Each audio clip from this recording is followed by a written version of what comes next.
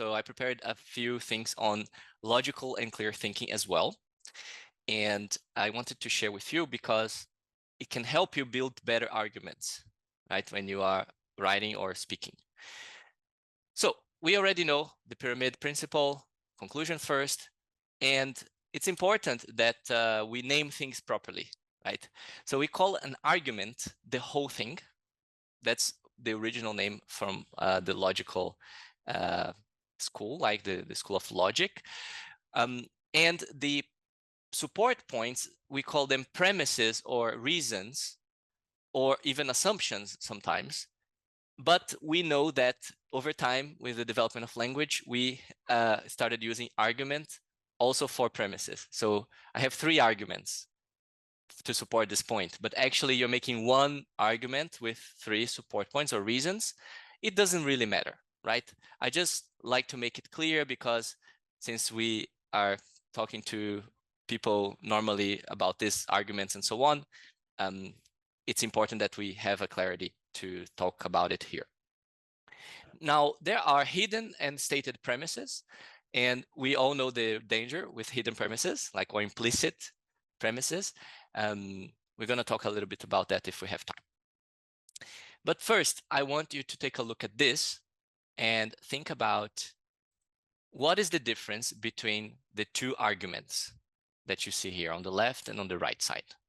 And tell me in the chat what you feel is the difference. Feel free to raise a hypothesis of what you think. It doesn't really, there's no reason to hold it back. It's absolutely safe environment here. Specificity, okay. Lack of substance on the left. The first one's more direct, but I still like the second one. The left explain why we need focus, the right explain why we need to reduce the COGS, right? Okay. Or packaging costs, sorry. Internal versus external focus version, circular logic, prefer the second. Very, very interesting to see everybody's thoughts here. Well, there is a very important difference between left and right, and it comes down to something that we typically call deductive and inductive, but it doesn't really help, to be honest. Most people do not intuitively use deductive and inductive, and they cannot really identify. But my purpose with this is actually to bring this to a more approachable manner, and because it's useful to use it to know what each one is. So on the left, we are having interdependent premises. So the things that are here, they must be true in order for the conclusion to hold. If I remove one of the legs, you cannot claim the conclusion anymore, right? So in a sense, it works a little bit like a multiplication. If you multiply something, a factor or something by 0, you have a 0 in the end. So it falls apart, right? And I usually say it's a therefore kind of argument. So 1, 2, 3, therefore the conclusion. Now, on the right-hand side, here we have independent premises. If I remove one, it doesn't necessarily kill the conclusion. It might weaken it, but it doesn't kill it. So it's more like a sum. I'm adding things and I'm strengthening the conclusion. So I like to call it, it's likely kind of argument, right? A, B, and C, so it's likely, and it increases the likelihood, right? And that's precisely what we say we call deductive and inductive. But I prefer to explain it this way. People get it faster and they remember it better as well, right? So must be true and helps, kind of like, oh yeah, each argument here helps, but none of them is absolutely a condition for the conclusion, right? What happens a lot is that we mix them a bit, and we mix them without noticing, and we listen to them and without noticing it. But it's very useful to know what is a must be true part of the argument and a kind of, this supports the conclusion kind of argument, right? You can have both in the same argument, but try to have them, at least for yourself, clear what is a sine qua non condition, right? Versus what is nice to have. Okay, so here is another example. The model won't work. Cell B14 is broken, then the cell E67 depends on cell B14 working. The entire model falls apart if the E67 isn't working, so the model won't work. Now, the model won't work. It's my first model ever. It's the most complex model in the project, and no one can help me, so the model won't work. Again, it's a multiplication or an addition. You can add or remove reasons from the helps kind, and it just makes it more or less likely. It's like science works, by the way, right? So we have a scientific thinking that it's like that. You get the evidence that increases the likelihood, but is never 100% sure of anything. So that's it. So my invitation is start thinking about which reasons are really crucial for the conclusion and which aren't, but they can help, right? In business and in life in general, most arguments are the help kind. We usually use the right hand side logic. Okay.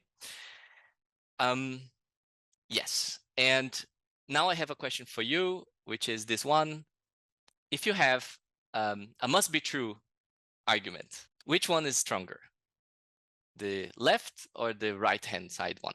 What do you think? The client should open a new factory in Vietnam. And I'm assuming here that there are no hidden premises, right? Imagine that they are all like, these are the premises for the conclusion. They are honest. So you're saying the right one is stronger? Some people are saying the left one is stronger. Why is the left one stronger for people who said left? More concise? Yes. What else? More direct because it's binary?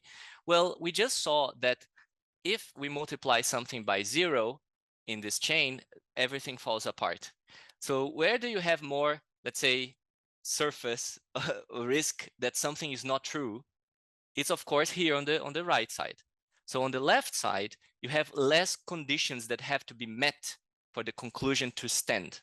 So again, assuming there is no implicit hidden assumptions, that's all you need to actually conclude that. So the stronger one is the left-hand side, right?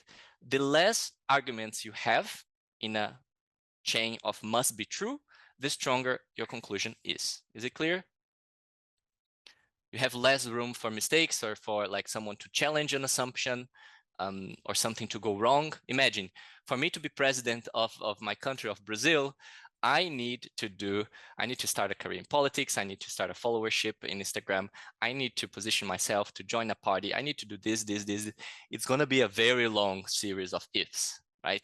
And if any of those things go wrong, maybe my chances are dead, right? But if it's just like, oh, I need to know the right people and I need to talk to them, and then I get to the chance of being the president. So that's the different kind of logic.